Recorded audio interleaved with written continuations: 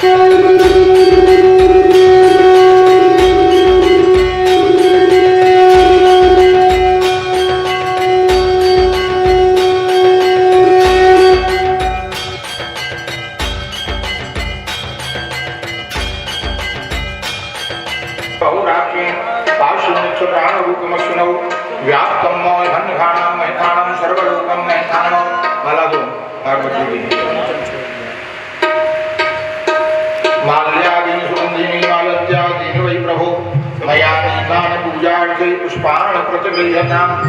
लोग हाथ लगा के पकड़ा श्री प्राण नीचे रखे, लड़ नीचे रहे, शांति नैवेद्यम निवेदयामि नाभ्याम शीर्षणोद्यौ समवर्ततोपध्यां भूमृतिशः श्रोत्रार्थालोकान् अकल्पयन् कृताया पूजाया षाट्पुण्यार्थे ऐलावलं कर्पूरात् चन्दन लगवा दो थोड़ा श्रीखंड चंदनम दिव्यम गंधाढ्यम समनोहरम विलेपनम सुरश्रेष्ठ चंदनम प्रतिगृह्यताम कृताया पूजाया षाट्पुण्यार्थे ऐलावलं कर्पूरात् ताम्बूलं केवलं द्रव्य दक्षिणां समर्पयामि। भेंट पधरा दीजिए। भगवते प्राण पुरुषोत्तमाय नमः। वहाँ कर लीजिए।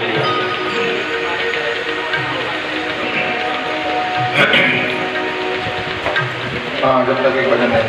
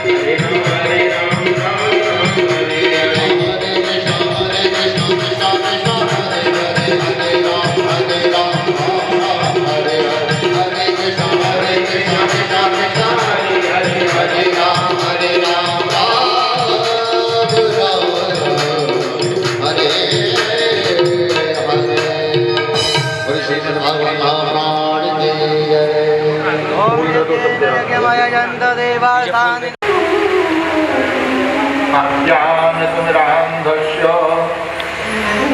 ज्ञानाञ्जनशलाकया चक्षुरुन्मीलितं येन तस्मै श्रीगुरवे नमः।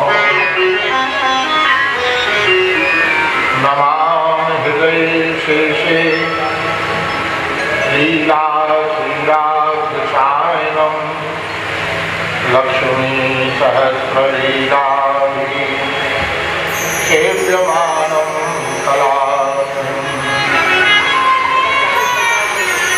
चतुर्भिश्च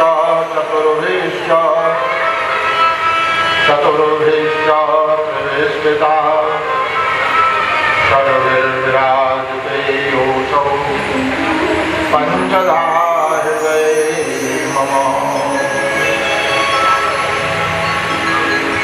जय जय श्री राधारमण, जय जय नवल किशोर,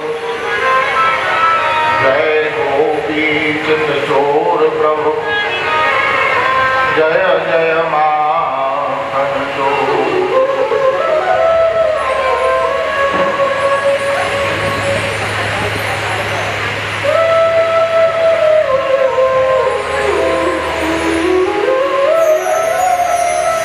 समस्त कलिमलों को दूर करने वाली, भक्ति ज्ञान वैराग्य की त्रिवेणी प्रवाहित करने वाली श्रीमद् भागवती कथा, श्रीमद् भागवत सप्ताह पारायण तृतीय दिवस।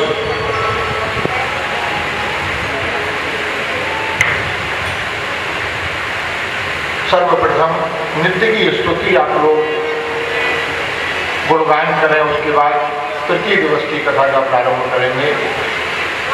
द्वारकाधीश संसार के प्राण आधार हो तुम, श्री कृष्ण तुम्हारी जय हो।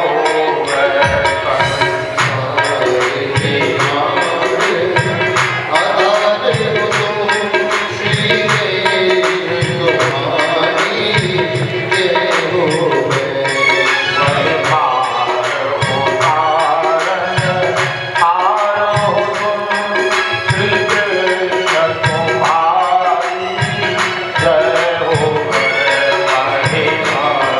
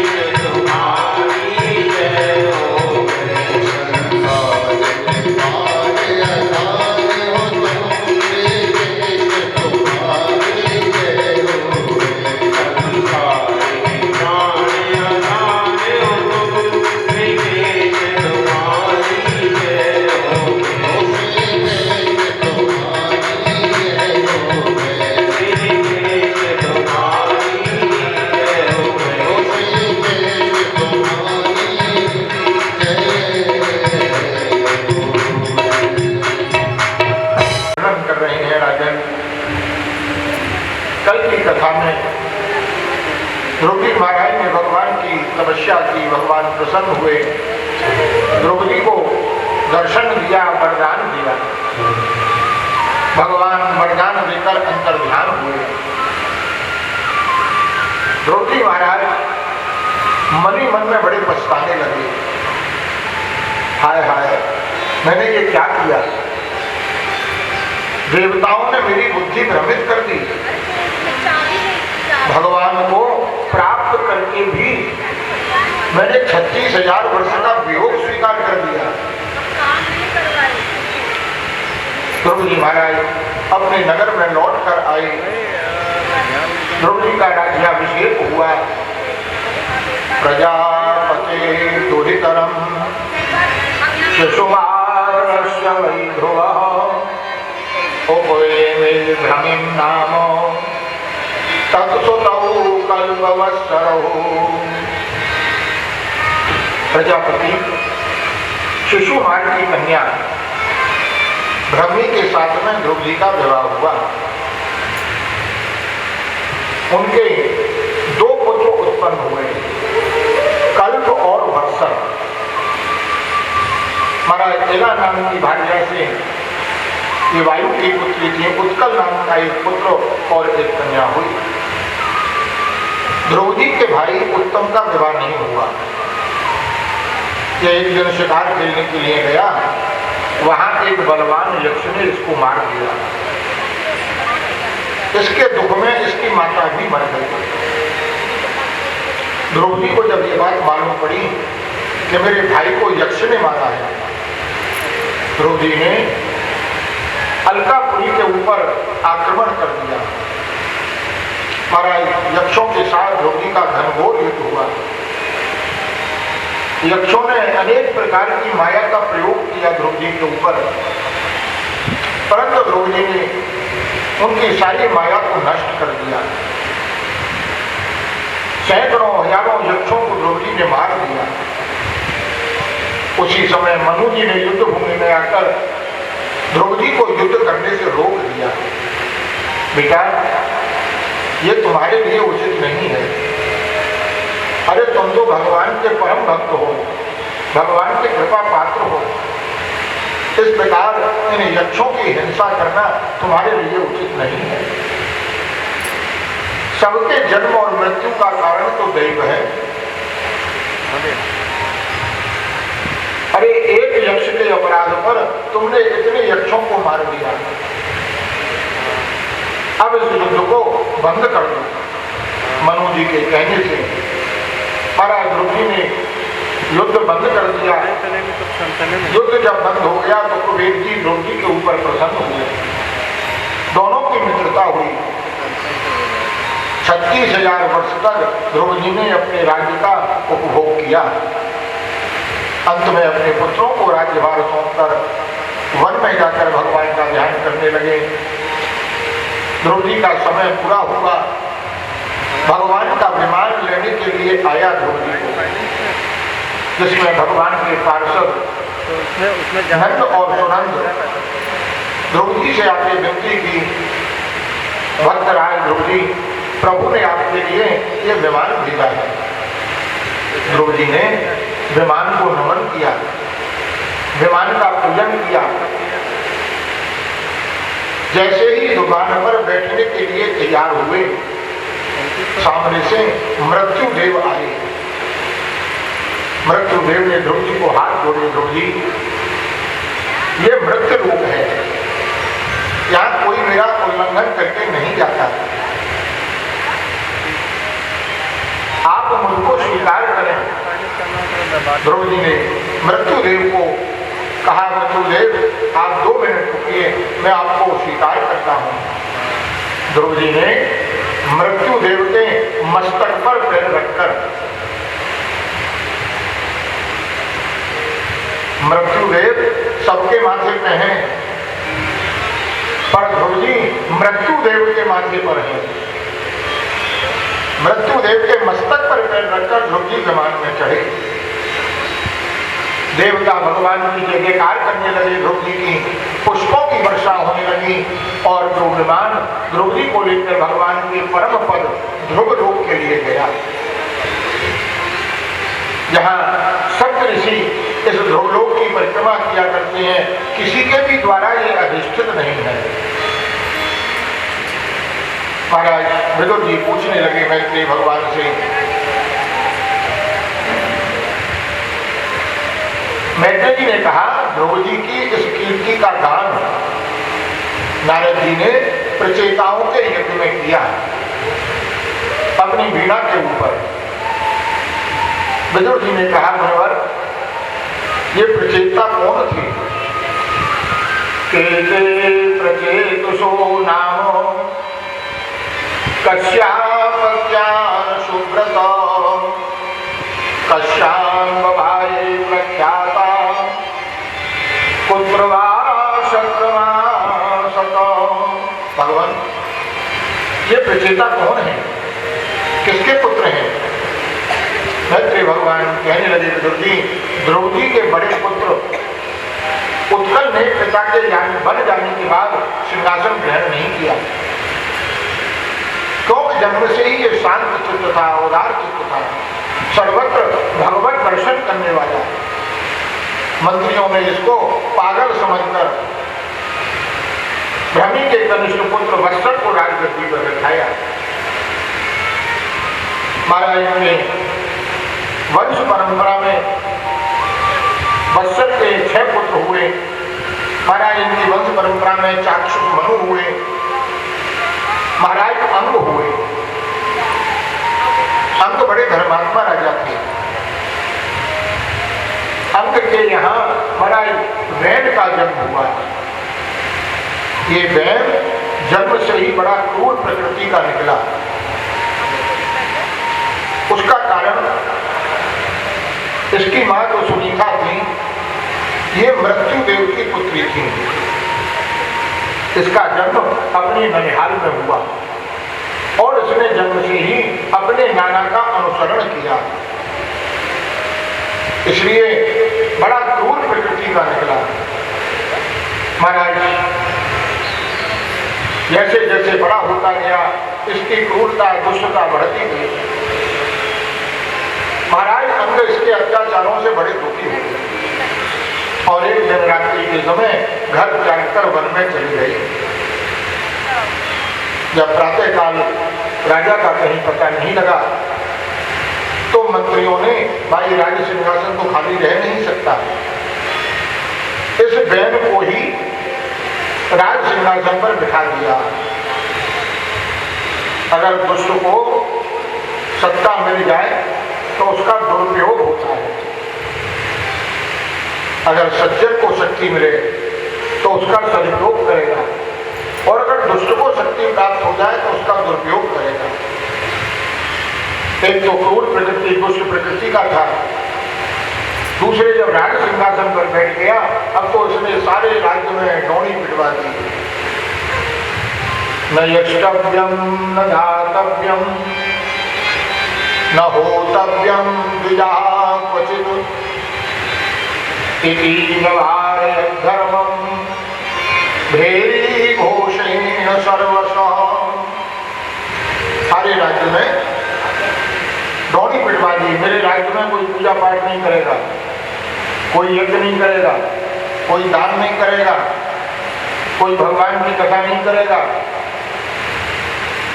महाराज, और अगर नहीं माने तो उसको नष्ट कर दिया जाए। अब तो महाराज इसकी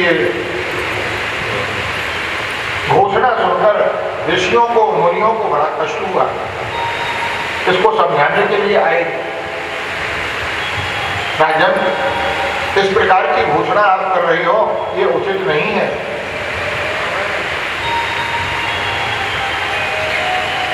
महाराज धर्म के नष्ट होने पर राजा ऐश्वर्य और अपने राज्य से च्युत हो जाता है। जिस राजा के राज्य में वर्ण आश्रम की मर्यादा से यदि पुरुष भगवान का पूजन होता है उस पर भगवान प्रसन्न होते हैं। आपको इस प्रकार धर्म के विपरीत घोषणा नहीं करनी चाहिए। वैन कहने लगा, अरे ऋषियों मुझको तो लगता है आप सभी बड़े अज्ञानी हो, आप में ज्ञान नहीं है। आप अधर्म को ही धर्म मान बैठे हो। अरे अपनी वृत्ति देने वाली स्वामी को छोड़कर जार पति की उपासना करने चले हो। राजा के शरीर में सभी लोकपालों का निवास रहता है, इसलिए राजा को सर्वदेवमय कहा जाता है। अगर तुमको पूजा करनी है तो मेरी पूजा करो, मेरा मंदिर बनवाओ, मेरा भजन करो। मेरे अतिरिक्त और कौन है जिसका तुम भजन करोगे? जब इस प्रकार के वचन नैन के सुने ऋषियों को क्रोध आ गया। अरे ये बड़ा दुष्ट है। हन्यताम केशव पापो प्रकट दारुण हो, इसको मार दो, इसको मार दो। ऋषियों ने एक जोर की हुंकार भरी। ये बैन सिंहासन पे से लुढ़कता नीचे आके गिरा, इसके कान पकड़ उड़ गए। गोविंदाय नमो।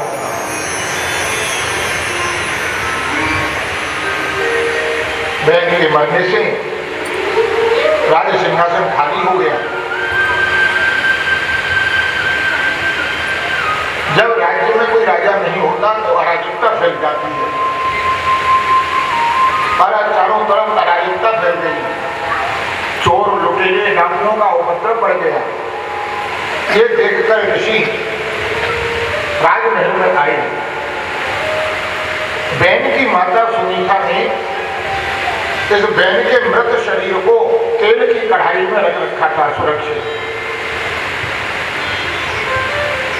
ऋषियों ने आकर बैन की दक्षिण भुजा का मंथन किया। इससे एक छोटा मोना पुरुष उत्पन्न हुआ। बहुत ही छोटा स्वरूप था, अत्यंत काला और कुरूप, छोटी छोटी भुजाएं, थोड़ी बड़ी लंबी, छोटे पैर, चपटी नाक, लाल लाल नेत्र। इसने हाथ जोड़कर ऋषियों से कहा, महाराज मेरे लिए क्या आज्ञा है? ऋषि कहने लगे, निशीत बैठ जाओ। निशीत कहा, इसके कारण ये निषाद कहलाया। इसके वंशज निषाद कहलाए जो जंगलों और पहाड़ों में रहने लगे। ऋषियों ने बैन की उस भुजा का मंथन करके जो उसका पाप रूपी अंश था वो निकालकर बाहर कर दिया। महाराज पुनः मंथन किया, दोनों भुजाओं का एक जोड़ा उत्पन्न हुआ। इसमें जो पुरुष था वो महाराज प्रथु हुए और जो स्त्री थी वो इनकी पत्नी अर्थी हुई। ये दोनों ही भगवान विष्णु और लक्ष्मी के अंश थे। महाराज देवता आकाश में धुन बजाने लगे, गंधर्व गान करने लगे, अप्सराएं नाचने लगी। जगत गुरु ब्रह्मा देवताओं के साथ वहां पधारे। पृथ्वी जी के दक्षिण हाथ में चक्र का चिन्ह देखकर सभी ने उनको भगवान विष्णु का अंश माना। महाराज पृथ्वी जी का राज्याभिषेक हुआ। बंदी लोग स्तुति करने के लिए आए, पर पृथ्वी जी ने उनको रोक दिया। भैया आप मेरी स्तुति मत करिए। क्यों? मैं अभी अभी राज सिंहासन पर बैठा हूं, अभी मेरा कोई भी गुण प्रकट नहीं हुआ है और भावी गुणों की संभावना पर स्तुति कराना मैं उचित नहीं मानता। दूसरी बात, उत्तम श्लोक भगवान के रहते हुए साधारण पुरुष की स्तुति करना मैं ये उचित नहीं समझता। सभी बंदियों को पृथ्वी जी ने अनेक प्रकार की भेंट देकर उनको विदा किया। जब ये राज सिंहासन पर बैठे, महाराज प्रजा इनके पास में आई, कहने लगी, हे राजन आप हमारी रक्षा करें, हम भूख से तड़प रहे हैं, पृथ्वी पर कहीं भी अन्न नहीं है। जब तक हमारे प्राण नहीं निकलते आप हमारे लिए अन्न की व्यवस्था करें। पृथ्वी जी ने विचार किया, क्या कारण है जो पृथ्वी पर अन्न नहीं है। जब इसका कारण ज्ञात हुआ, पृथ्वी जी ने तुरंत धनुष बाण संभाला और पृथ्वी को लक्ष्य करके बाण चढ़ाया। ये पृथ्वी गौ का स्वरूप धारण करके महाराज अपने प्राण बचाने के लिए दौड़ी। प्रभु जी ने इसका पीछा किया। जब दौड़ते दौड़ते थक गई, पृथ्वी ने कहा महाराज आप अपने क्रोध को शांत करें और मेरी प्रार्थना सुने। राजन, अब आप उपाय के द्वारा ही अन्न प्राप्त कर सकते हैं। पहले ब्रह्मा जी ने प्रजा की रक्षा के लिए अनेक प्रकार के अन्नों की सृष्टि की, परंतु आपके पिता बहन ने नास्तिकता के कारण यज्ञ बंद करा दिए। जब यज्ञ बंद हो गए तो वर्षा नहीं हुई, और वर्षा नहीं हुई तो अकाल की स्थिति उत्पन्न हो गई। महाराज भयंकर अकाल उत्पन्न हुआ। जो थोड़ा बहुत अन्न बचा था उसको मैंने यज्ञों की रक्षा के लिए महाराज निगल दिया। अब आप उपाय के द्वारा ही मुझसे अन्न प्राप्त कर सकते हैं। आप मुझको चारों तरफ से समतल करें जिससे वर्षा का जल सर्वत्र पहुंच सके, और मेरे लिए बछड़ा दोहन पात्र और दोहने वाले की व्यवस्था करें जिससे आप अपने सभी इच्छित पदार्थ मुझसे प्राप्त कर सकेंगे। पृथ्वी के वचन सुनकर महाराज प्रभु ने स्वयं मनु को बछड़ा बनाया। अपने हस्त रूपी पात्र में पृथ्वी के द्वारा समस्त धान्य आदि पदार्थों का दोहन किया। उसके बाद पृथ्वी से सभी ने अपनी अपनी अभीष्ट वस्तुओं का दोहन किया। पृथ्वी जी से पहले हमारे यहाँ खेती का प्रचलन नहीं था। भगवत इच्छा से प्रकृति अपने आप जो कुछ उत्पन्न कर देती थी उसी से प्रजा अपना पालन करती थी। पृथ्वी जी से पहले कोई नगर नहीं था, गांव नहीं था, शहर नहीं था, मकान नहीं थे। सारी प्रजा जंगलों में, पर्वतों की गुफाओं में, कंकराओं में रहकर अपना जीवन निर्वाह करती थी। पृथ्वी जी ने पुत्री की तरह पृथ्वी का पालन किया, जिसके कारण इसका नाम पृथ्वी हुआ। पहले इसको धरा कहते थे, धरती कहते थे। पृथ्वी जी के कारण इसका नाम पृथ्वी पड़ा। पृथ्वी जी के समय से ही खेती का प्रचलन हुआ। पृथ्वी जी ने नगर बसाए, गांव बसाए, शहर बसाए प्रजा के रहने के लिए, जिसमें प्रजा निर्भय होकर निवास करने लगी। महाराज पृथ्वी जी ने 100 अश्वमेध यज्ञ किए भगवान को प्रसन्न करने के लिए। 99 यज्ञ तो पूरे हो गए। जैसे ही 100वां यज्ञ प्रारंभ हुआ, पर इंद्र को सहन नहीं हुआ। देवता भगवान के भक्त तो हैं, पर ये बड़े डरपोक होते हैं। जरा से में घबरा जाते हैं। अगर कोई तपस्या करने लग जाए तो इंद्र को अपना सिंहासन हिलता हुआ दिखाई पड़ने लग जाता। जैसे ही 100वां यज्ञ प्रारंभ हुआ, इंद्र वहां आए और महाराज वो यज्ञ का जो घोड़ा था उसका हरण करके ले गए। महाराज जब घोड़ा हरण करके ले गए, अब तो जैसे ही उन्होंने देखा, अत्रि ऋषि ने इंद्र को आकाश मार्ग से जाते हुए पृथ्वी जी के पुत्र से कहा, देखो तुम्हारे यज्ञ का घोड़ा इंद्र लेकर जा रहा है। पृथ्वी पुत्र इंद्र के ऊपर आक्रमण करने के लिए गए। इंद्र ने तुरंत माया के द्वारा अपना रूप बदल दिया, जटा भस्म धारण करके संत का भेष बना दिया। पृथ्वी जी के पुत्र ने इसको महात्मा समझकर मारा नहीं। जब अत्रि ऋषि ने कहा, अरे ये संत नहीं है, ये तो पाखंडी इंद्र है। महाराज जैसे ही पृथ्वी पुत्र क्रोध के मारे इंद्र के ऊपर झपटे, इंद्र ने वो अपना स्वरूप, पाखंड स्वरूप त्याग किया और अंतर ध्यान हो गए। जब दोबारा यज्ञ प्रारंभ हुआ, इंद्र ने माया के द्वारा घोर अंधकार फैलाया और सोने की मंदिर में बंधे हुए घोड़े का उन्हें अपहरण करके ले गया। अत्रि ऋषि के कहने पर पृथ्वी पुत्र पुनः इंद्र का पीछा किया। तब इसने अपनी माया के द्वारा नरक काल में मंदिर धारण करके दिखाई पड़ा। जब अत्रि ऋषि के कहने पर प्रथुपुत्र इसको मारने के लिए गए तो ये अपने उस रूप को त्याग कर अंतर्ध्यान हो गया। विजिताश्व अपने यज्ञ के घोड़े को लेकर यज्ञ मंडप में आए। इंद्र के द्वारा छोड़े गए उन रूपों को संसार में उसके द्वारा पाखंड फैल गया और बहुत से लोगों ने उनका अनुसरण किया जिससे वो पाखंडी हो गए। विशेष करके कलयुग में ऐसे पाखंडियों से सावधान रहना चाहिए। ये बड़ी मीठी मीठी बातों से लोगों को भ्रमित करते हैं।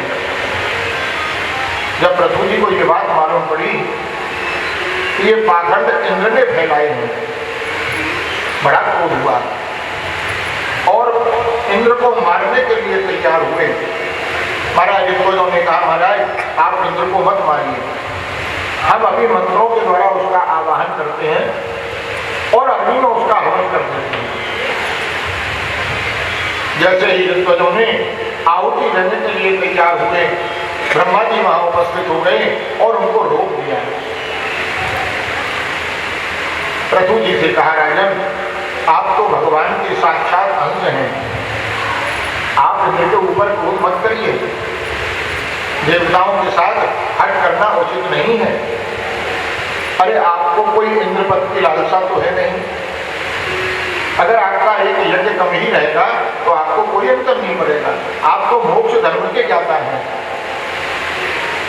पर इसलिए आप तो धर्म की रक्षा के लिए अवतरित हुए हैं।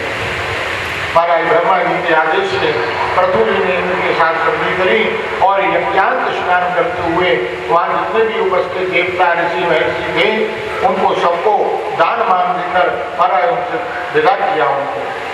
इस प्रकार इंद्र और पृथु जी की ब्रह्मा जी के द्वारा मैत्री कराई गई। महाराज इन्हीं की वंश परंपरा में महाराज पृथु जी मैत्री भगवान कहने लगे, राजन एक समय सनक सनंदन सनातन सनत कुमार के चारों भैया आकाश मार्ग से उतरते हुए आए और थोड़ी देर में महाराज पृथु जी की सभा मंडप में पधारे। पृथु जी ने इनका बड़ा सम्मान किया, सुंदर सिंहासन पर विराजमान किया, प्रार्थना की, भगवान मैंने ऐसा कौन सा पुण्य किया जिसके कारण आपके दर्शन हुए, क्योंकि जिस पर भगवान और ब्राह्मण प्रसन्न हो जाए महाराज उसके लिए संसार में कोई पदार्थ दुर्लभ नहीं है। जिसके घर कृपा करके आप पहुंच जाते हैं वो निर्धन की धनी हो जाता है।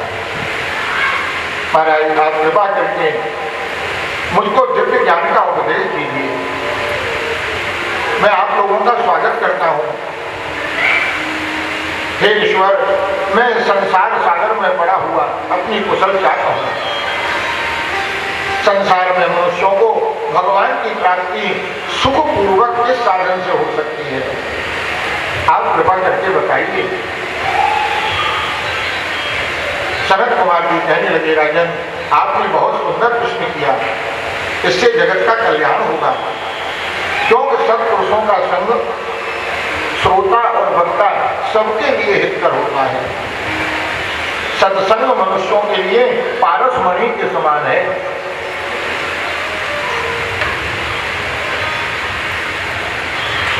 पर हम तो कहते हैं कि संत की तुलना पारसमणि से नहीं करनी चाहिए,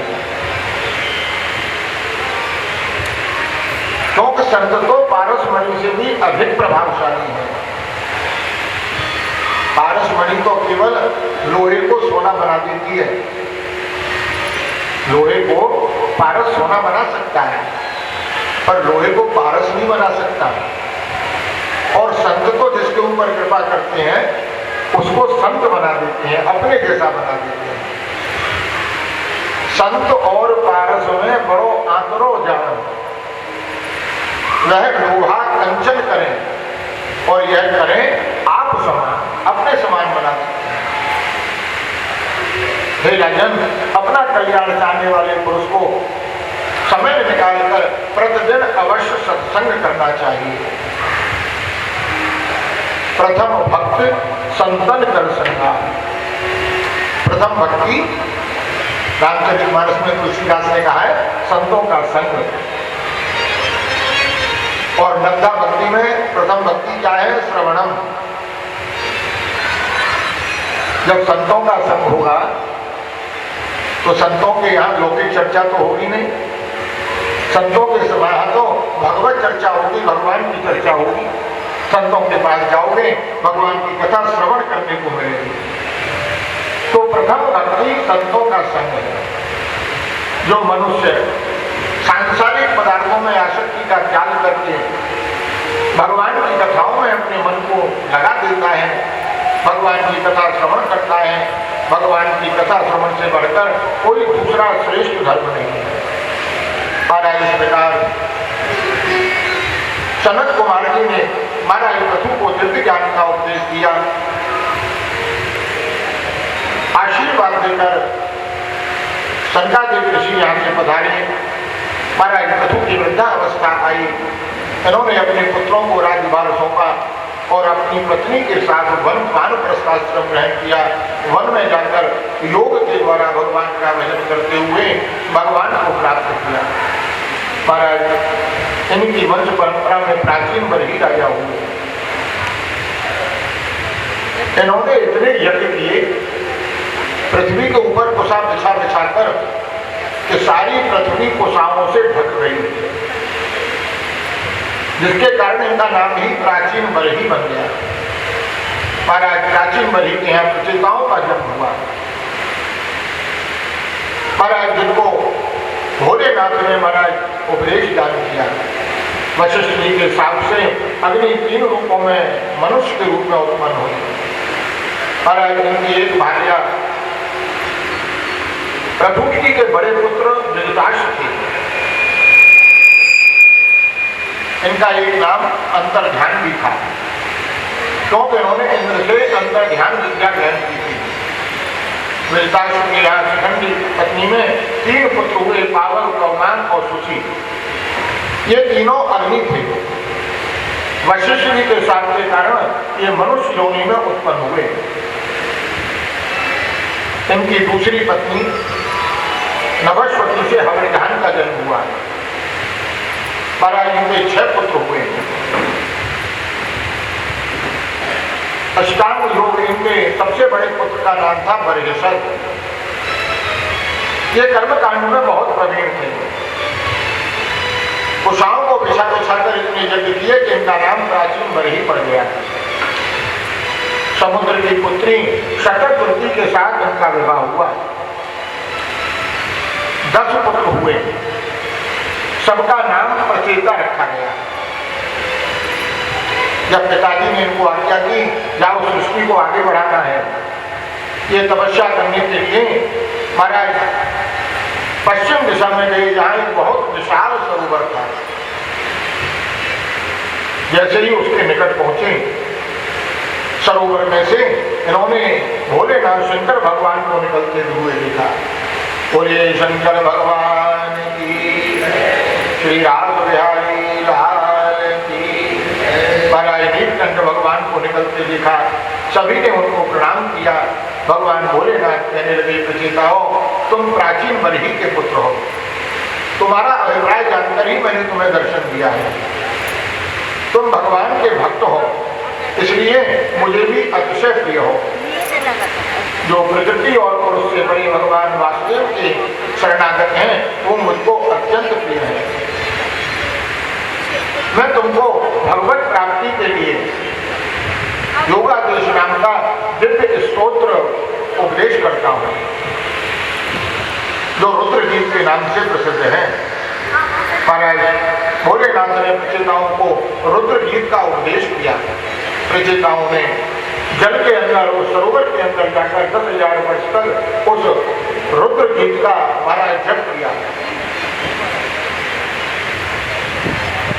हे प्रचेताओं, तुम तप करो, तुम्हारे सभी मनोरथ सिद्ध हो जाएंगे। महाराज सभी प्रचेता जल के अंदर जाकर 10,000 वर्ष तक इस रुद्र गीत स्तोत्र का जप करने लगे। नारद जी उसके पास आए, कहने लगे, राजन तुम ये क्या कर रहे हो? जो कुछ कर्म तुम कर रहे हो इससे तुम्हारे दुख की निवृत्ति नहीं हो सकती। ऐसा कर्म करने से क्या लाभ? प्राचीन बड़ी में हाथ जोड़े नारद जी, कर्म करते करते मेरी बुद्धि विक्षिप्त हो गई है। श्रेय का मार्ग क्या है इसका मुझे ज्ञान नहीं है। आप कृपा करके मुझे उत्तम ज्ञान का उपदेश करें। नारद जी कहने लगे, राजन, इस यज्ञ में तुमने जिन पशुओं का वध किया है वो सब आकाश में तुम्हारी प्रतीक्षा कर रहे हैं। जब मृत्यु के बाद तुम वहां जाओगे तो वो सब तुम्हारे अपने अपने तीक्ष्ण सींगों के द्वारा तुम्हारे शरीर को छिन्न भिन्न कर देंगे।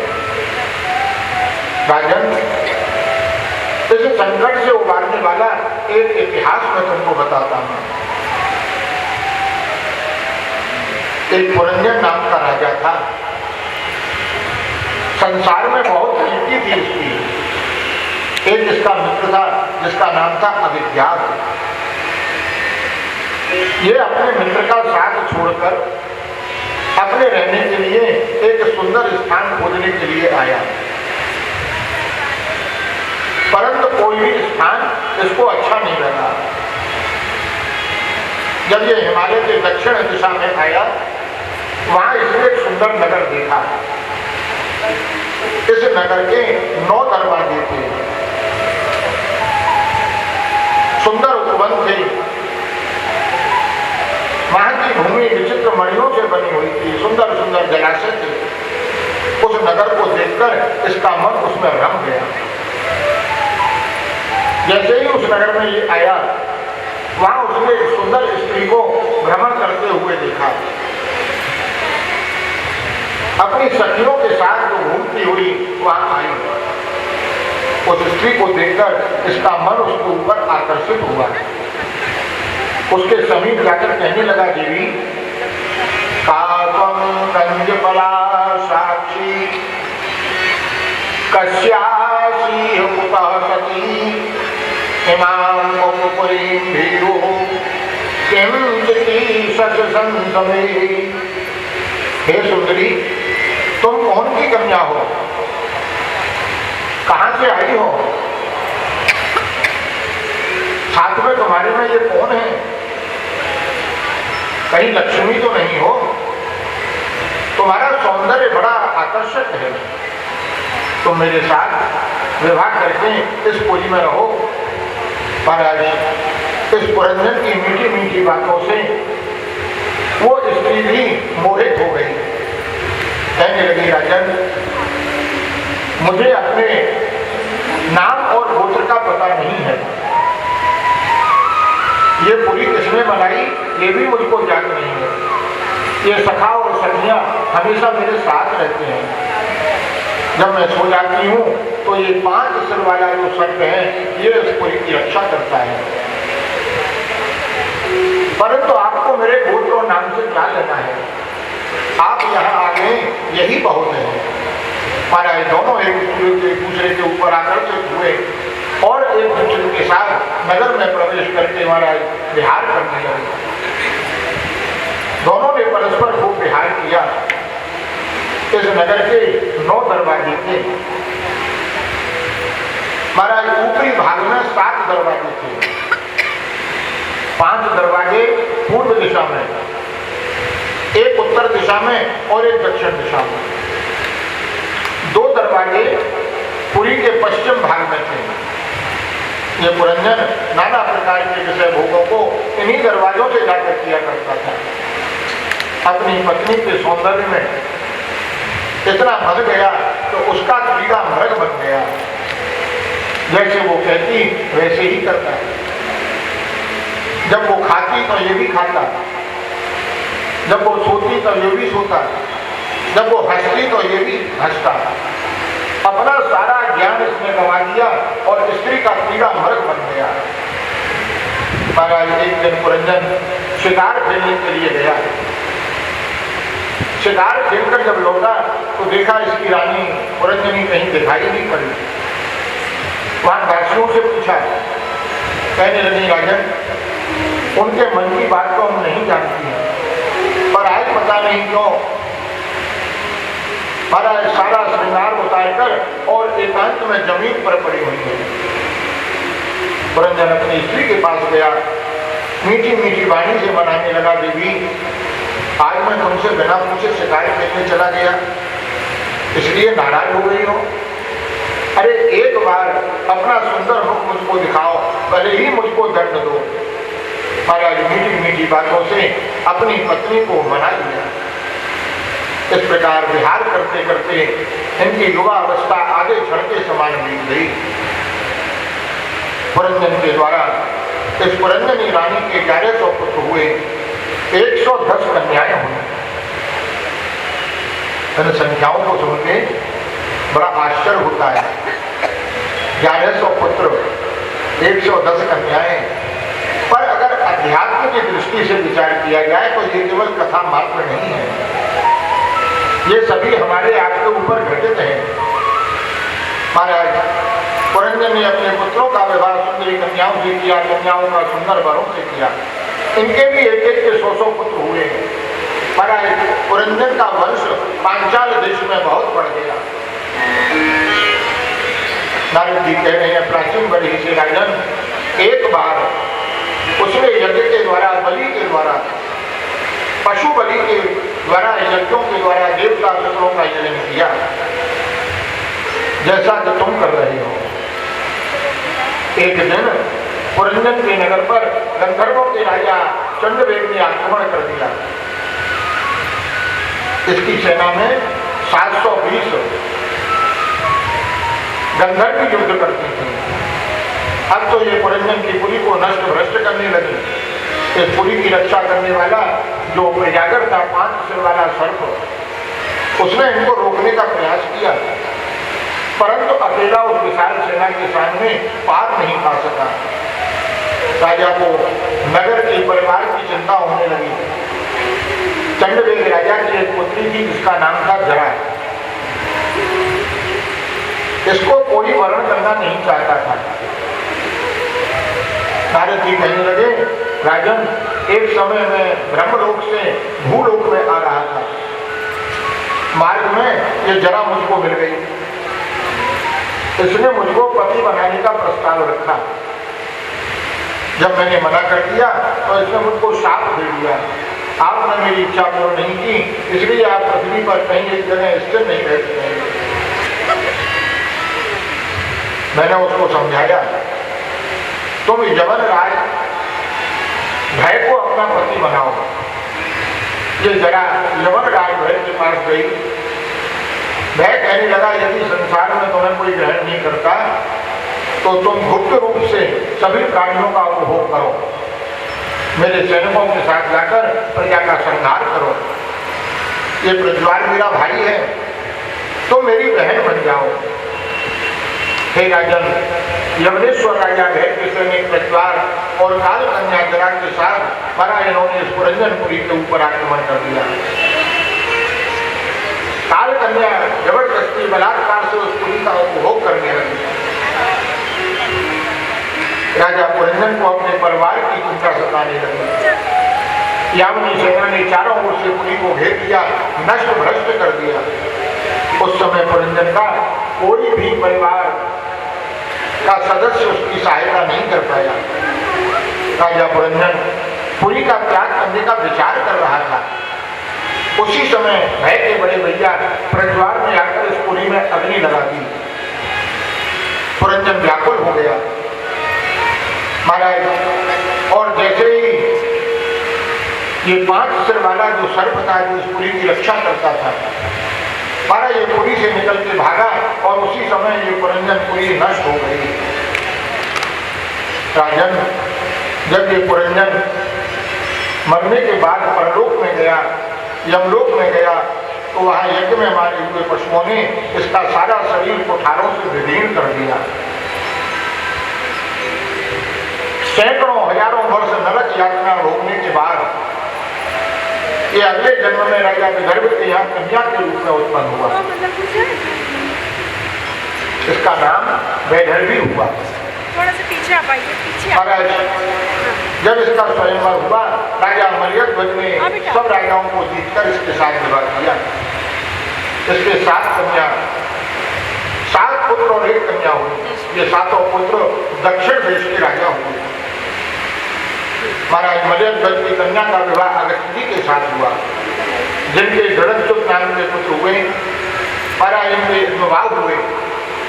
राजा मलयध्वज अपने पुत्रों को पृथ्वी का राज सौंपकर भगवान की आराधना करने के लिए एक पर्वत पर गए और इनके पीछे पीछे इनकी रानी वैदर्भी भी चली गई। वहां भगवान का ध्यान करते करते इनका शरीर पूर्ण हो गया। अब तो वैदर्भी रोदन करने लगी। महाराज थोड़ी देर विलाप किया, फिर अपने पति के शरीर को चिता पर रखकर सती होने का विचार कर रहे हैं। महाराज उसी समय इसका पूर्व जन्म का जो मित्र था अविज्ञात नाम का सखा, वो इसके पास आया और कहने लगा, काकम कश्यासि कोवायम शयानो यस्य शोचसि जानासि किं सखायं मां येनाग्रे विचरतो। अरे तुम कौन हो, किसकी कन्या हो, ये कौन सो रहा है जिसके लिए तुम रो रही हो, विलाप कर रही हो?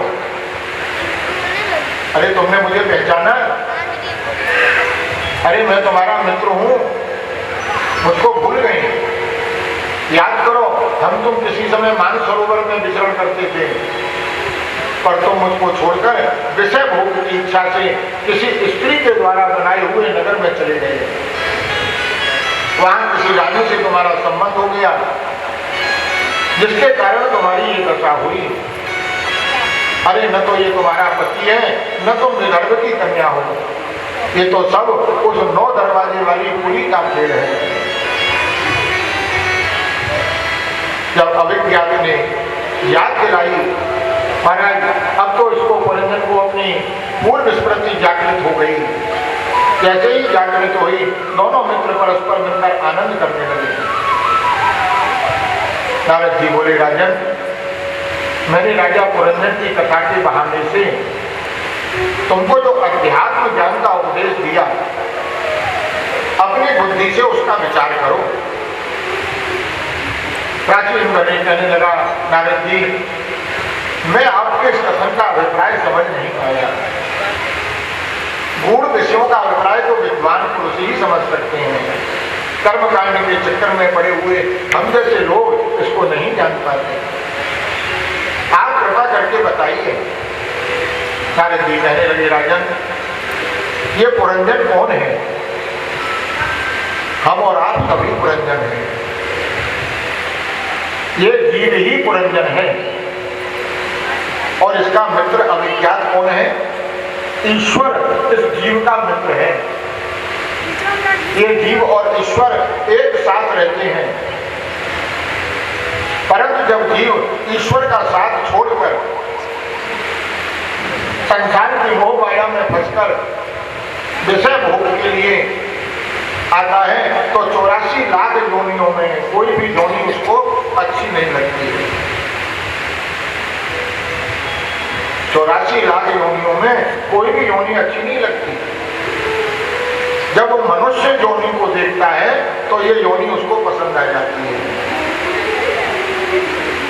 महाराज, और ये मनुष्य रूपी पुरी को देखकर प्रसन्न हुआ और इसका मन उसमें रम गया। इसके 9 दरवाजे बताए, 7 दरवाजे महाराज ऊपरी भाग में, इसमें पूर्व भाग में 5 दरवाजे बताए। 2 नेत्र, 2 नासिका छिद्र, 1 मुख और 1 दरवाजा उत्तर में, 1 दक्षिण में। ये दोनों कान हैं मनुष्य के। 2 दरवाजे पश्चिम दिशा में बताए। ये मल द्वार और मूत्र द्वार है। विषय भोग के लिए जीव महाराज इसी 9 दरवाजे वाली मानव तन रूपी पुरी में प्रविष्ट हो गया। यहाँ उसने शब्द, स्पर्श, रूप, रस, गंध, ये 5 बगीचे देखे जिसमें ये घूमने लगा। वहां उसने घूमती हुई बुद्धि नाम की स्त्री को देखा। ये बुद्धि ही वो पुरंजनी स्त्री है। महाराज इस बुद्धि के द्वारा विषय भोग और भगवान की भक्ति दोनों ही संभव है। बुद्धि सुंदरी के 10 सखा बताए। ये 10 इंद्री महाराज यही इसके 10 सखा हैं। और जो पुरी की रक्षा करने वाला 5 सिर वाला सर्प बताया, ये इसके 5 प्राण हैं। महाराज इस पुरी की रक्षा करने वाला 5 प्राण ही 5 सिर वाला सर्प है। यह मानव तन रूपी पुरी 5 विषयों को पूर्ण करती है, इसलिए इसका एक नाम पांचाल देश बताया। इसके 2 दरवाजे और बताए। महाराज जो छिद्रहीन होने के कारण अंधे कर गए। ये 2 दरवाजे हैं हाथ और पैर। महाराज जिनके द्वारा ये जीव गमन करता है और हाथों के द्वारा अपनी अभीष्ट वस्तुओं को लेके आता है। सुंदरी रानी बुद्धि से व्यवहार करता है और उसके फेर में पड़कर उस पुरी में रम जाता है। बुद्धि जैसा जैसा संकेत करती है, ये वैसा वैसा ही करता है। महाराज यही उस स्त्री की अपनी स्त्री सात्विकी बुद्धि का अनादर करके ये राजसी बुद्धि से विषय भोग की लालसा के कारण बन गया। यही उस स्त्री की अप्रसन्नता का कारण है। इस जीव के 11 पुत्र हुए। ये मन सहित 11 इंद्री और इनके द्वारा सात्विक बुद्धि के विवेक निर्णय आदि परिणाम है। यही 1100 पुत्र है। और बुद्धि की लज्जा आदि वृत्ति ही पुरंजनी की 110 कन्या है। पारा ये चंडवेद नाम का वर्ष रूप काल। ये चंडवेद कौन है? ये जो समय है वर्ष, यही चंडवेद है, जो प्रतिक्षण हमारी आयु को कम कर रहा है। इस मानव तन रूपी पुरी को एक एक क्षण नष्ट करता जा रहा है। शरीर का अध्यक्ष अकेला प्राण 100 वर्ष तक इसके लड़ने का संकल्प करके युद्ध करता है। महाराज इस वर्ष में इसकी गंधर्वी जो बताई सेना, ये दिन और रात मिलाकर 720 होते हैं। एक वर्ष में दिन रात मिलाकर 720 होते हैं, जो प्रतिक्षण मनुष्य की आयु को क्षीण कर रहे हैं।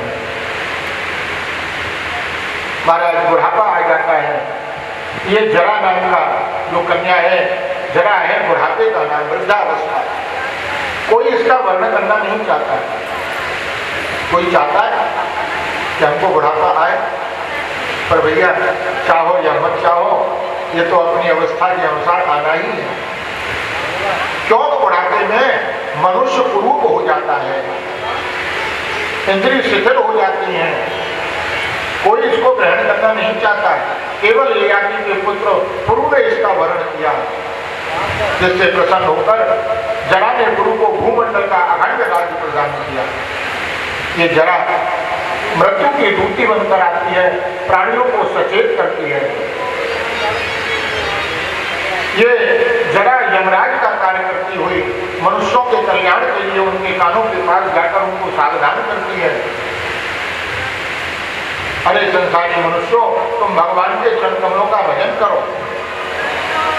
परंतु आदमी मनुष्य तो माया में फंसा हुआ है, जीवन भर माया में रहा, माया को ही अंत तक माया को ही याद करता है।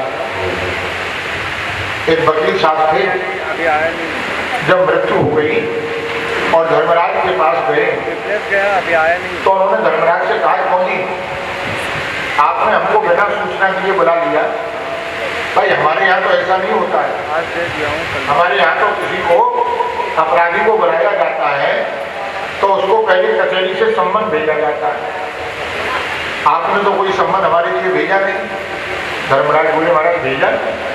अरे एक सम्मन एक बार नहीं, कई बार सम्मन भेजा। बोले कहाँ भेजा?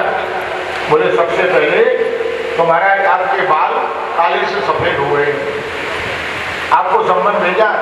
अरे संसार में बहुत काला कर चुके हो, अब तो सफेद हो जाओ। पर आपने ध्यान ही नहीं दिया, आपने तो फिर उसको जाके काला कर लिया। फिर दूसरा सम्मन भेजा, आपके कानों की शक्ति क्षीण हो गई सुनने की।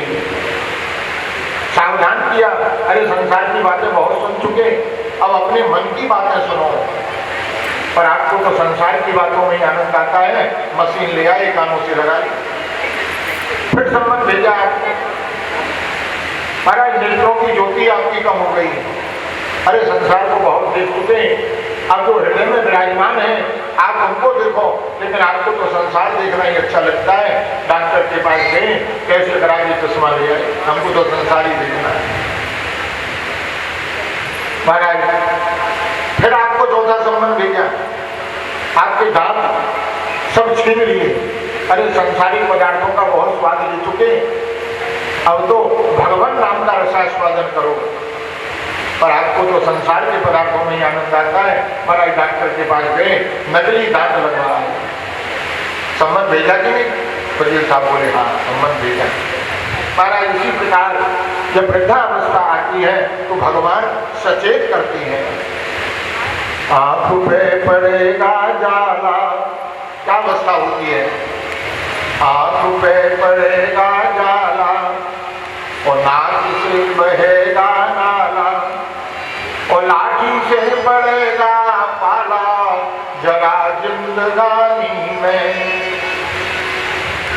खड़े खड़े वस्त्र में करोगे मलमूत्र तुम और बड़े बड़े थूकते रहोगे पीकदानी में। तो भक्ति क्या करोगे जब शक्ति ना रहेगी तन।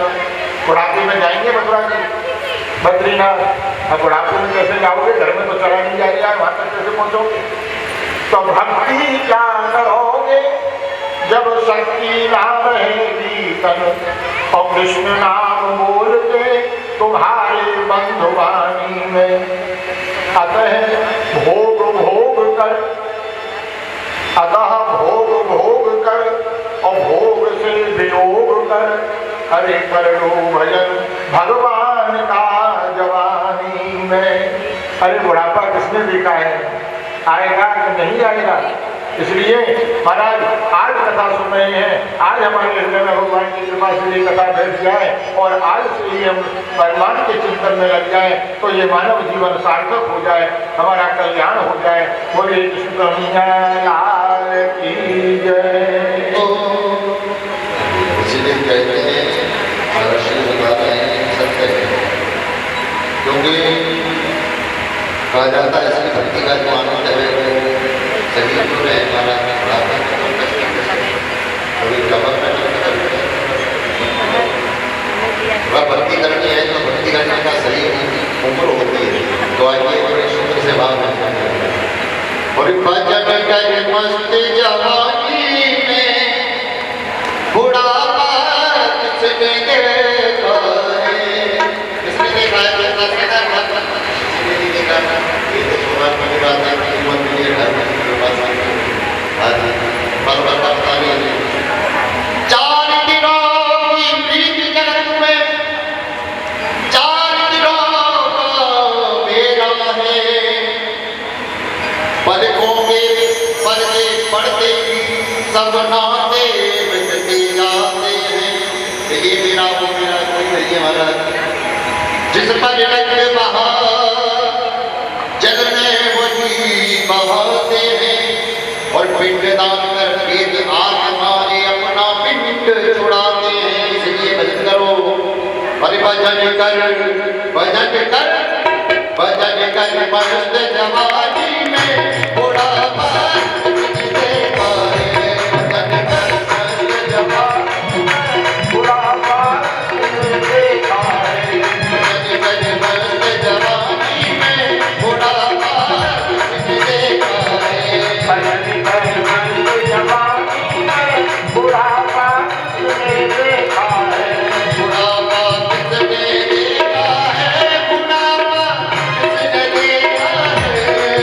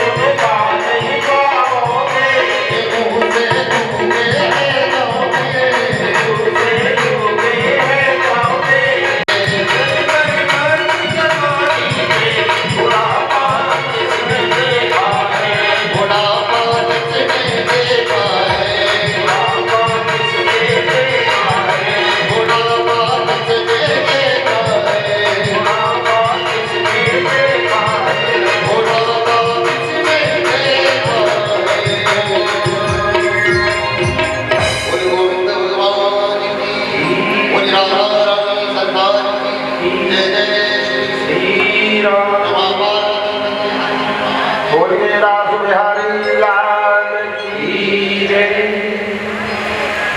बुढ़ापा किसने देखा है? और अगर ठाकुर जी ने दिखा भी दिया तो क्या फायदा? बुढ़ापे में कुछ करने लायक ही नहीं रहता है। लेकिन तभी याद आता है बुढ़ापे में जाकर।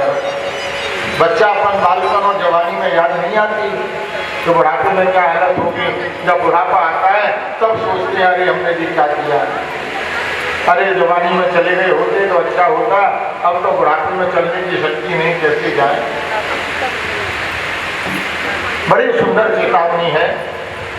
बनाया बार बार तो है क्या समझाऊं, बार बार तो है क्या समझाऊं, अबहु चेत गवार। बार बार तो है क्या समझाऊं, अबहु चेत गवार।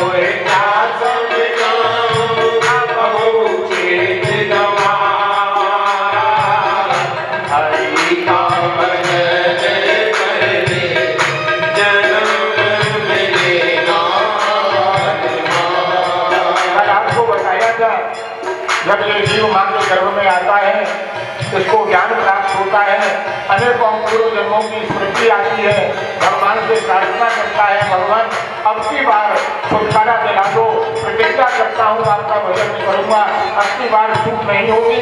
पर जैसे ही गर्भ से बाहर आता है भूल जाता है क्या प्रतिज्ञा की थी।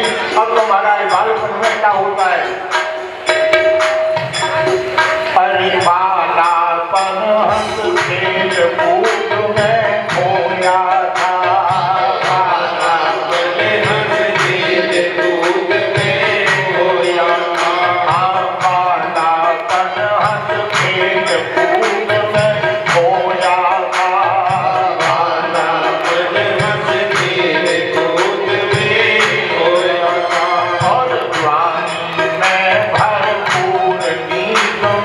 सोया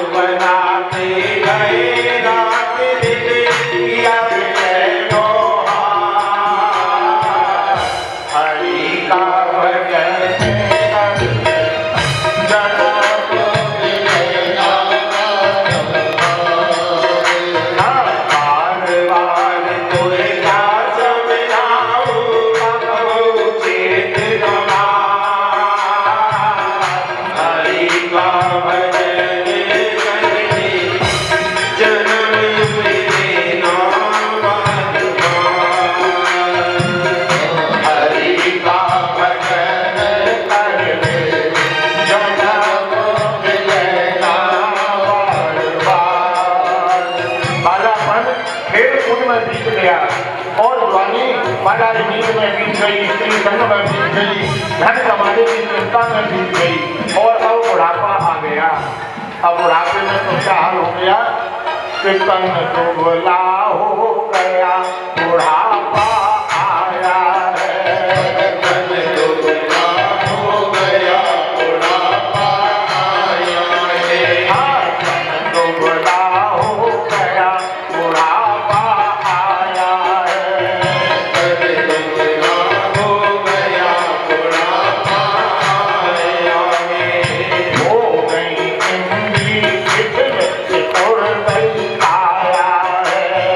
हो गई इमली शिथिल, सिकुड़ गई काया है। कंचन जैसी जो काया की जवानी में मरा झुर्री पड़ जाती है, खाद लटक जाती है, ऐसी सारी इंद्रियां शिथिल हो जाती हैं। हो गई इमली शिथिल, सिकुड़ गई काया है। हो गई इमली शिथिल, सिकुड़ गई हरि का भजन करते। जाती है, कैसे होती है? अरे करके रात गुजर जाती है। करती रात गुजर अबहु देश गंवार, बार बार तोरे का समझाऊं, अबहु देश गंवार। हरि का भजन हो, जन्म मिलेगा बार बार। हरि का भजन कर दे, जन्म मिलेगा बार बार।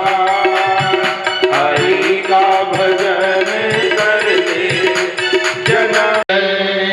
श्री वेद व्यास जी महाराज की जय, श्री जमुना मैया की जय। तो भैया ये बुढ़ापा तो बहुत बुरी चीज है, इसलिए आने से पहले ही अपने कार्य को शुरू कर दो।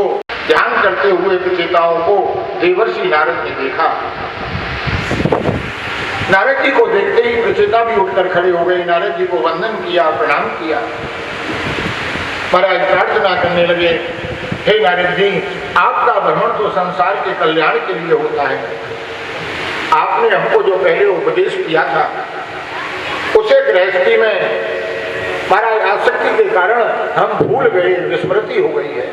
आप कृपा करके उस ज्ञान का पुनः उपदेश करिए। नारद जी कहने लगे, हे राजपुत्रों, ता जन्मतानि कर्माणि तदायुष्टन् मनोवचः, निर्णाम येने विश्वात्मा खेव्यते हरिश्वरः। वही नारद जी ने विजेताओं के लिए दिव्य ज्ञान का पुनः स्मरण कराया। मैत्रेय भगवान कहने लगे, विजेताओं को ज्ञान का उपदेश देकर नारद जी ब्रह्मलोक के लिए गए और विजेता भी नारद जी के द्वारा उस सुखदेव भगवान कहने लगे, राजन, इस प्रकार मनु जी के प्रथम पुत्र उत्तानपाद के वंश का वर्णन किया गया।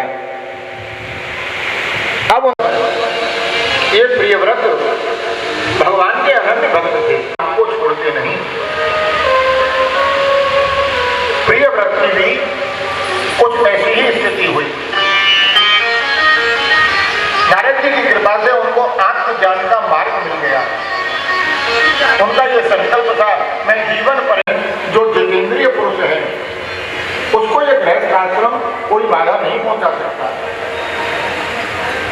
जिसका झुकाव विषय की और न हो, जिसका मन भगवान के चरणार बिंद में लगा हुआ हो, उसके लिए तो ये घर ही तपोवन बन जाता है। हम वन में जाके तपस्या करें लेकिन मन संसार में लगा रहे तो वो वन किस काम का। हम घर में रहते हुए मन भगवान के चरणों में लगा रहे तो हमारे लिए वो घर ही तपोवन बन जाता है। गृहस्थ आश्रम से बढ़कर दूसरा कोई आश्रम नहीं है। सारे आश्रमों का जन्मदाता ये गृहस्थ आश्रम है और सारे आश्रमों का पालन करता भी ये गृहस्थ आश्रम है। यदि काम क्रोध लोभ मोह मद मत्सर इन 6 शत्रुओं पर विजय प्राप्त करनी है तो महाराज गृहस्थ आश्रम रूपी गृह का आश्रय लेकर शनि शनि इन पर विजय प्राप्त करे। महाराज इस प्रकार ब्रह्मा जी की आज्ञा से प्रियव्रत ने राज्य स्वीकार किया। महाराज इनकी वंश परंपरा में इनके आग्नित्र हुए इनके महाराज अक्षरा से 9 पुत्रों का जन्म हुआ। इसी वंश परंपरा में आग्नित्र के पुत्र नाभि हुए और नाभि के यहाँ ऋषिदेव भगवान का अवतार हुआ। बोलिए ऋषिदेव भगवान की जय। महाराज नाभि ने पुत्र प्राप्ति की इच्छा से भगवान का यजन किया। इनकी श्रद्धा भक्ति से प्रसन्न होकर भगवान उनका मनोरथ पूर्ण करने के लिए यज्ञ में प्रकट हुए। महाराज ये साक्षात भगवान का अवतार थे। अर्घपात्र से इनका देवताओं ने जो जयकार के लिए पूजन किया। इस प्रकार ऋषभदेव भगवान का अवतार हुआ। ऋषभदेव के 100 पुत्र हुए। इनमें जो सबसे बड़े थे उनका नाम भरत जी था, जिनके कारण इस देश का नाम भारतवर्ष पड़ा। ऋषभदेव के अंगों में भगवान के दिव्य लक्षणों को देखकर ब्राह्मण देवता सारी प्रजा इनको राजा बनाना चाहती थी। महाराज इनका दिव्य विग्रह बल के यश प्रभाव सभी में श्रेष्ठ था। एक समय इंद्र ने ईर्ष्यावश उनके राज्य में वर्षा नहीं की, परंतु उन्होंने अपने योग बल के द्वारा इस अजनाव खंड नामक खंड में वर्षा करके सारी प्रजा को सुखी कर दिया। पहले भारतवर्ष को अजनाव खंड कहा जाता था। भरत जी के कारण इनका नाम भारतवर्ष पड़ा। महाराज इनका राज्य सिंहासन पर अभिषेक हुआ। नाभि इनको राज्य सिंहासन पर बैठाकर वन में चली गई भगवान का ध्यान करने के लिए। महाराज इन्होंने गृहस्थ आश्रम स्वीकार किया। इंद्रदत्त जयंती नाम की कन्या से विवाह किया। महाराज इनमें सबसे बड़े पिता की राजा जिनके नाम पर ये भारतवर्ष पड़ा। एक समय ये ऋषिदेव भ्रमण करते हुए महाराज गृहस्थ आश्रम में रहकर दूसरों को भी गृहस्थ आश्रम में रहने की शिक्षा देते थे। एक समय भ्रमण करते करते ब्रह्मावर्त में ब्रह्मर्षियों की सभा में गए और वहां प्रजा के सूत्र सुनते अपने पुत्रों को उन्होंने मोक्ष धर्म का उपदेश किया। ऋषभदेव भगवान कहने लगे, हे पुत्रों, नायम देहो देहायां नलोके कष्टां कामान् अर्हते विदुयाङ्गे तपो दिव्यं पुत्रकायेन सत्वं शुद्धेन यस्मात् ब्रह्म सौख्यं वरन्तम्। हे पुत्रों, ये मानव शरीर, मनुष्यों का ये दुर्लभ शरीर कुकर सुकर के समान विषय भोग के लिए नहीं है। अरे इस शरीर से कठोर तपस्या करनी चाहिए जिससे अंतःकरण की शुद्धि हो और ब्रह्म सुख की प्राप्ति हो। संसार में महात्माओं का संग मोक्ष का कारण बताया गया है और स्त्री लंबनों का संग नरक का द्वार बताया। महात्मा कौन है, उनके लक्षण बताए, जो शांत हैं, समदर्शी हैं, क्रोध विहीन हैं, परोपकारी हैं, ईश्वर में जिनका अटूट प्रेम है, जो ग्रह मठ आदि सांसारिक प्रपंचों से सर्वथा विरक्त है, केवल शरीर के निर्वाह के लिए जिनका संबंध संसार से है, ऐसे महात्माओं के साथ में रहना चाहिए, उनका संग करना चाहिए। पर भैया कलयुग में तो आजकल महात्माओं के बड़े बड़े मठाधीशों के भी बड़े ठाक हैं। उनके आश्रमों में गृहस्थियों से ज्यादा सुख सुविधा आपको देखने को मिलेंगे। ये कलयुग का प्रभाव है। महाराज इस प्रकार अपने पुत्रों को दिव्य ज्ञान का उपदेश किया। ऋषिदेव भगवान जब बड़े हो गए तो भरत जी को राज सिंहासन पर बैठाकर और स्वयं भगवान का ज्ञान करने के लिए वन में गए और प्रकृति की इच्छा से इधर उधर भ्रमण करते करते दक्षिण देश कर्नाटक में जा गए। एक बगीचे में जाकर ये निश्चय कर लिया, अब मुझको न तो कुछ बोलना है, न कुछ खाना है, न कुछ पीना है, एक पत्थर का टुकड़ा मुख में रख लिया, उन्मत्त के समान नग्न होकर इधर उधर भ्रमण करने लगे। दैव योग से उसी समय उस वन में अग्नि लग गई और अग्नि ने उस सारे वन के साथ महाराज ऋषिदेव भगवान को भी महाराज पूर्ण कर दिया। हालांकि अग्नि की सामर्थ्य नहीं थी ऋषिदेव भगवान के शरीर को जलाने की, ये तो उनकी इच्छा से स्वयं ही तिरोहित हुआ। बोले ऋषिदेव भगवान की, श्री भागवत भगवान की, श्री रास बिहारी लाल की जय। राजर्षि भरत प्रजा पालन में नियुक्त हुए। महाराज प्रजापति की कन्या पंचजनी से विवाह हुआ, 5 पुत्र हुए। सुमति, राष्ट्रभृत, सुदर्शन, आवरण, धूमकेतु। पहले इस खंड का नाम आपको बताया जनाब खंड का, और महाराज भरत जी के कारण इसका नाम भारतवर्ष पड़ा। जब वृद्धावस्था आई तो अपने पुत्रों को राज्यभार सौंपकर स्वयं भगवान का भजन करने के लिए गंडकी नदी के किनारे गए। गंडकी नदी जहाँ शालिग्राम की चक्रांकित शिलाएं प्राप्त होती हैं। पुलहाश्रम नाम का आश्रम था। भरत जी वहां जाकर गंडकी नदी में स्नान करते, त्रिकाल संध्या करते और भगवान का भजन, भगवान की तपस्या करने लगे। एक दिन नदी में बैठे हुए संध्या बंधन तर्पण कर रहे थे, पर आज उसी समय एक हिरणी पानी पीने की इच्छा से नदी के किनारे आई। उस समय वो हिरणी गर्भ से थी, गर्भावस्था में थी। जैसे ही पानी पीने के लिए तैयार हुई, पीछे से एक सिंह की भयंकर गर्जना सुनाई पड़ी। सिंह की गर्जना को सुनकर ये भयभीत हो गई, छलांग लगाई पार जाने के लिए। जोर से वेग से छलांग लगाई, ये तो नदी के पार चली गई, परंतु उसका जो गर्भ था वो निकल के मारा नदी में गिर गया। वो छोटा सा मृग का बालक शावक उस नदी के प्रभाव में बहने लगा। भरत जी ने देखा, दया आई, ये छोटा सा बालक है। महाराज गए, उसको निकाल लाए। चलो इसकी माता को सौंप दो। नदी के उस पार गए, मृगी को खोजने लगे। देखा तो एक स्थान पर मृगी प्रसव वेदना के कारण इसके प्राण पखे को निकल गए थे, मृत हो गई। भरत जी सोचने लगे क्या करूं, अगर इसको जंगल में छोड़ दूं तो यहाँ तो बड़े बड़े हिंसक जीव रहते हैं, इसको खा जाएंगे। ये तो अभी छोटा सा बालक है। दया करके उस बालक को अपने साथ में ले आए। अब साथ में ले आए तो भैया उसके भोजन पानी की व्यवस्था करी। कोमल कोमल घास लेके आवे, अपने हाथ से बालक को खिलावे।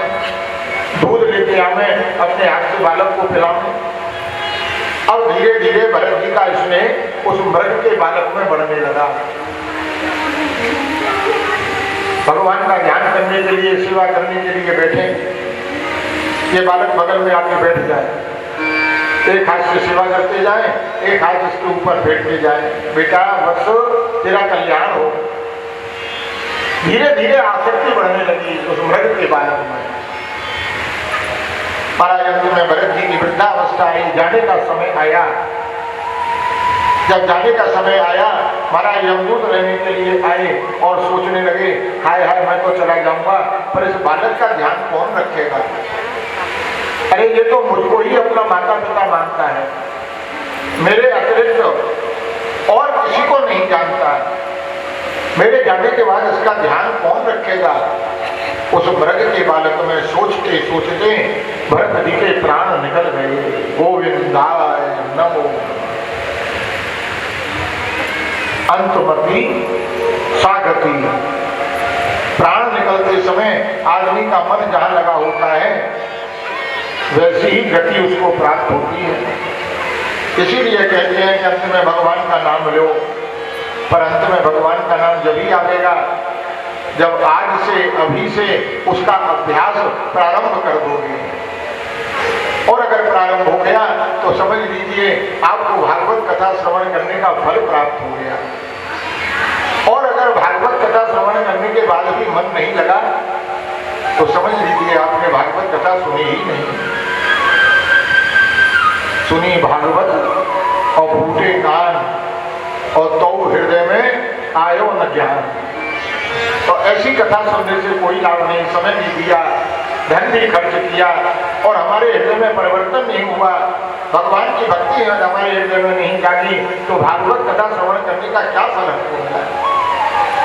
महाराज, मृग का ध्यान करते हुए प्राण त्यागे तो दूसरे जन्म में क्या हुआ? मृग योनि को प्राप्त हुई।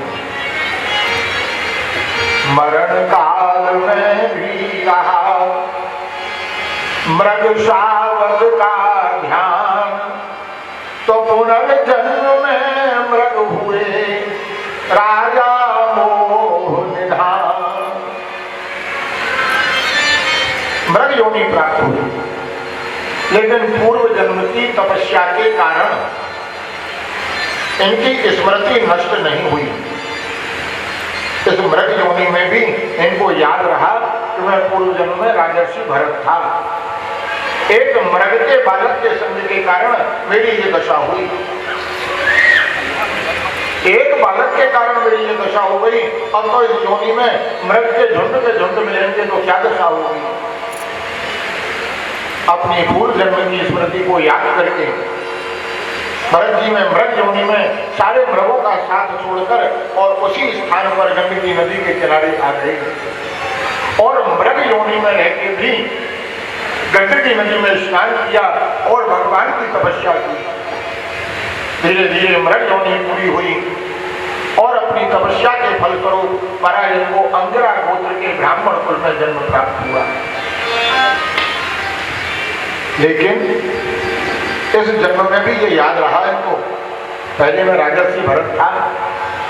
एक मृग के संग के कारण और मृग को मृग योनि प्राप्त हुई, इसलिए अब हमेशा संग से दूर रहना है, संग से सावधान रहना है।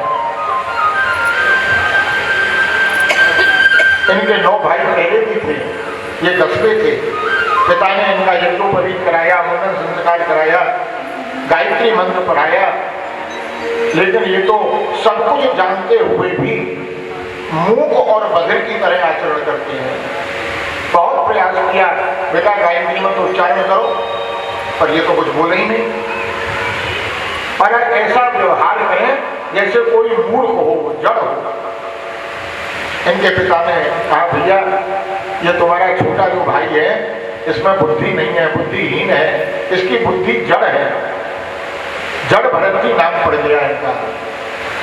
पिता का जाने का समय हुआ, भाइयों को बुलाया, देखो भैया ये तुम्हारा छोटा भाई है, इसमें बुद्धि नहीं है, लेकिन है तो तुम्हारा भाई। मेरे जाने के बाद इसका ध्यान रखना, इसका पालन करना। अब पिताजी तो चले गए, पर थोड़े दिन तो भाइयों ने ध्यान रखा। अब धीरे धीरे भाइयों की गृहस्थी बन गई, विवाह हो गया, पत्नी आ गई घर में। अब ये तो जड़ भरत जी ऐसे हैं, जहाँ बैठे हैं वहीं बैठे रहते हैं। अगर कोई उठा के ले जाए, दूसरी जगह बैठा दें तो बैठ जाएंगे, नहीं तो जहाँ बैठे हैं बैठे हैं। अगर कोई स्नान करा दे तो कर ले, और नहीं तो महीनों हो जाए बैठे बैठे स्नान ही नहीं करें। कोई वस्त्र बदल दे तो बदल लें, और नहीं तो मैले कुचैले वस्त्रों में बैठे रहें। कोई भोजन दे दे तो भोजन कर लें, अन्यथा भूखे बैठे रहें। महाराज कुछ दिन तो ठीक रहा, लेकिन जब विवाह हो गया, ये देवियां आ गई तो अपने अपने आदमियों से कहने लगी, देखो जी एक बात तो है, तुम लोग कितनी मेहनत करते हो दिन भर जाके, तब गृहस्थी की गाड़ी चलती है, और ये तुम्हारा छोटा भाई ये तो कुछ नहीं करता है, और बेटा बेटा देखो कैसा मोटा ताजा हो गया है, मुस्टंडा हो गया है, बैठे बैठे खा रहा है। अरे भाई इसको भी कुछ काम पे लगाओ। अरे ठीक है इसमें बुद्धि नहीं, दिमाग नहीं, तो कम से कम शारीरिक श्रम तो कर सकता है। कोई ऐसा काम बताओ, शरीर का काम तो कर ही सकता है। अब भैया सभी देवियों ने कहा, तो भैया इनको पकड़ के ले गए जड़ भरत जी को, और खेत पे ले गए। अपने पे खेत पे ले जाके एक स्थान पर ऊंचा टीला था, और एक स्थान पर गड्ढा था।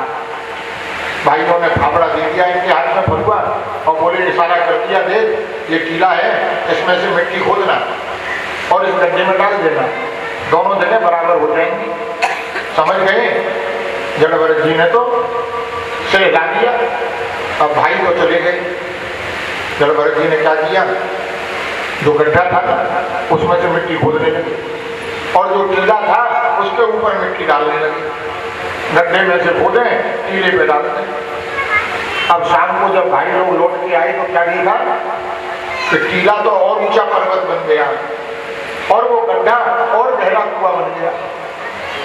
भैया बोले, अरे भैया ये तो किसी काम का नहीं है, इसमें नैतिक बुद्धि नहीं है, कितना भी समझा दो, ये तो इसने और काम उल्टा कर दिया, बिगाड़ दिया, इसके बस की बात नहीं। अच्छा एक काम करो, इसको ले जाके और बगीचे में बैठा दो। ले जाके बगीचे में बैठा दिया।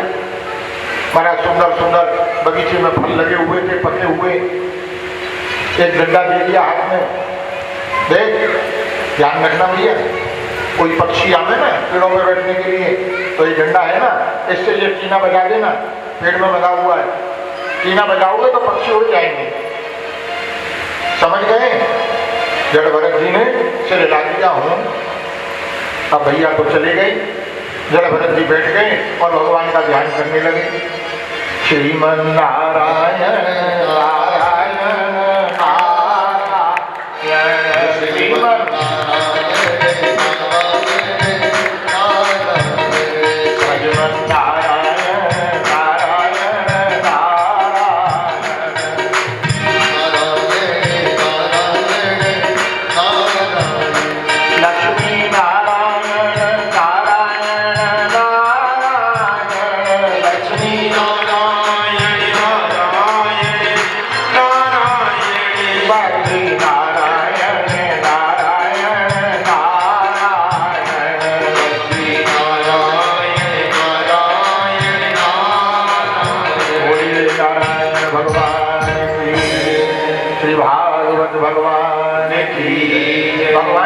कर रहे थे।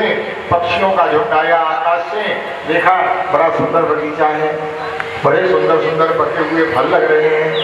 आकर बैठे वृक्षों पर चहचहाने लगे और महाराज देख रहे हैं कहीं कोई भगाने वाला तो नहीं है। जड़ भरत जी ने देखा, भैया तो कह गए थे पक्षी हमें तो भगा देना, पर ये काय को भगावे, ये तो क्या विचार करने लगे। आहा, अरे राम ही के पक्षी सभी और राम ही के खेत, और आओ पक्षी राम के चुमो राम के हेत। अरे राम जी के खेत हैं, राम जी के पक्षी हैं, मैं बीच में कौन होता हूँ उनको रोकने वाला। महाराज आओ, राम जी के फल हैं, आप लोग आनंद से पाओ। महाराज पक्षी आकर बैठे, खाता तो मैं पक्षी, चोंच लगाई और फल नीचे गिर जाता, सारे फल तोड़ तोड़ के नीचे गिर दिए। तो यह एक विनती आप लोगों से, सभी बहनों से है, और थोड़ा थोड़ा आप लोग थोड़ा सा आगे सरक के आए तो थोड़ा थोड़ा पीछे जगह हो जाए और आने वालों के लिए स्थान बन जाएगा। थोड़ा थोड़ा आगे आ जाएगी। बोलिए वृंदावन बिहारी लाल की, प्रेम से बोलिए जय श्री कृष्ण। जय श्री कृष्ण। भैया आए सायंकाल, देखा तो सारा बगीचा सफाचट हो गया, सारे फल खत्म। भैया बोले, अरे ये क्या किया? अरे इसमें जरा भी बुद्धि नहीं है, वो तो हम ही बेवकूफ हैं जो इसको बार बार किसी न किसी काम में लगा देते हैं, ये किसी काम का नहीं है। अरे भाई पिताजी कह रहे थे इतने दिन इसको खिलाया पिलाया, पर आगे कब तक खिलाना, हमारी भी तो गृहस्थी है भैया, तो हमारे बस की बात नहीं है। तेरी इच्छा हो होकर जहाँ तेरा मन हो वहां गया, धक्का दे के निकाल दिया, धक्का दे के निकाल दिया तो चल दिए। अब महाराज चलते चलते मार्ग में एक स्थान पर चोर जो है माना भद्रकाली माता की पूजा कर रहे थे और उनको बलि देने के लिए एक विशाल पशु बांध रखा था।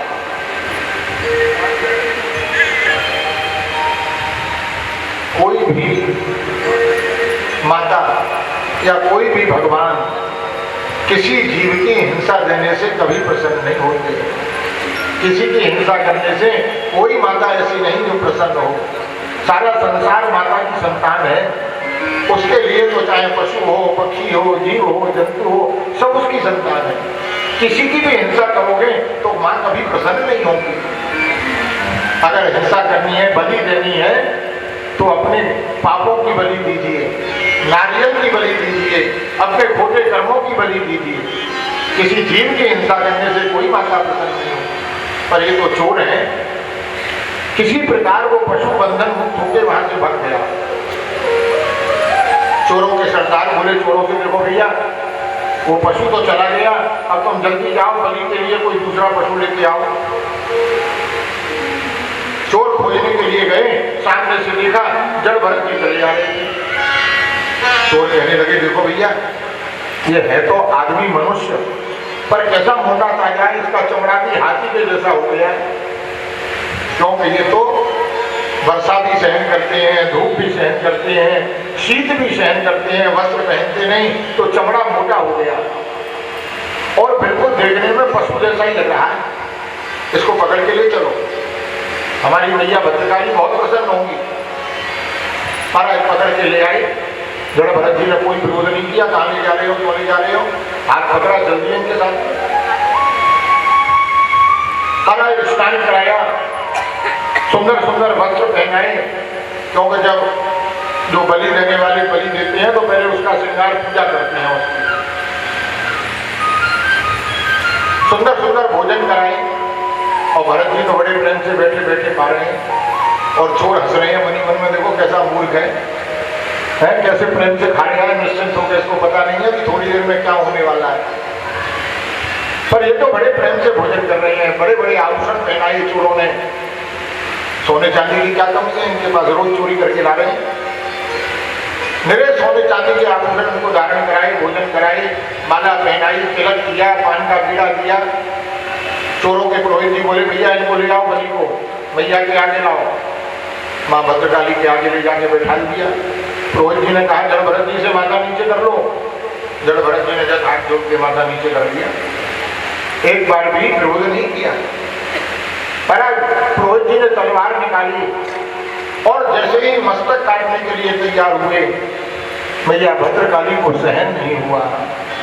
अरे ये दुष्ट मेरे प्रभु के भक्त को मारना चाहते हैं। माना भद्रकाली, माना तुरंत मूर्ति में से प्रकट हो गई।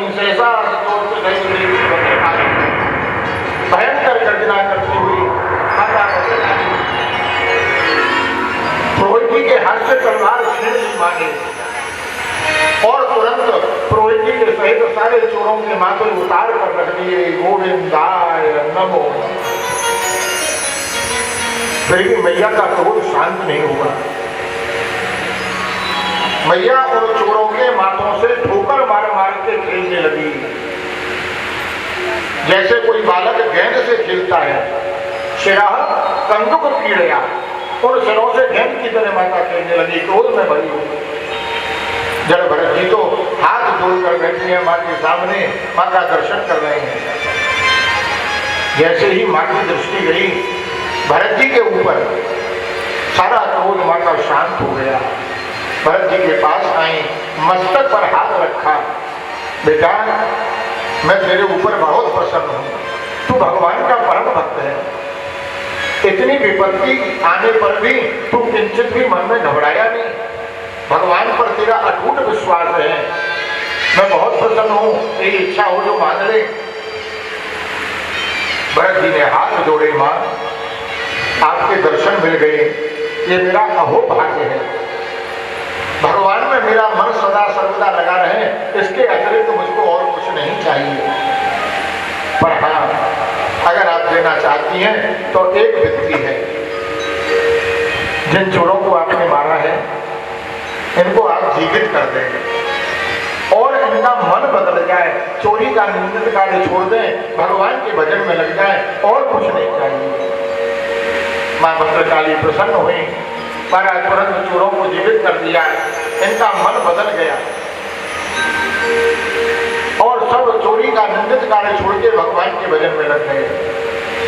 अब माता भद्रकाली दर्शन देके आशीर्वाद देके अंतर ध्यान हो गई और जड़ भरत जी भी वहां से उठे और भ्रमण करते करते महाराज घूमते घूमते जिधर मुंह उठ जाए उधर ही चल देते। कोई निश्चित नहीं कि हमको यहाँ जाना है, जिधर पैर आगे बढ़ गए। महाराज चक्कर लगा के घूमते हुए गांव के निकट आ गए।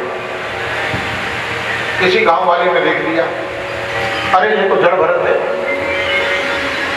घर पे जाके इनके भाइयों से कहा, अरे भैया तुम्हारा वो छोटा भैया जड़ भरत बड़ा सोने चांदी से लगा हुआ गांव के बाहर देखा है हमने।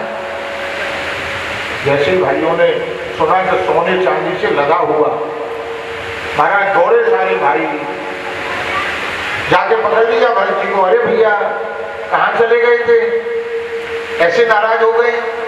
अरे हम बड़े भैया हैं, वो क्रोध में आगे कुछ कह दी, दो बात तो ऐसे नाराज होकर घर छोड़ के जाती है नहीं।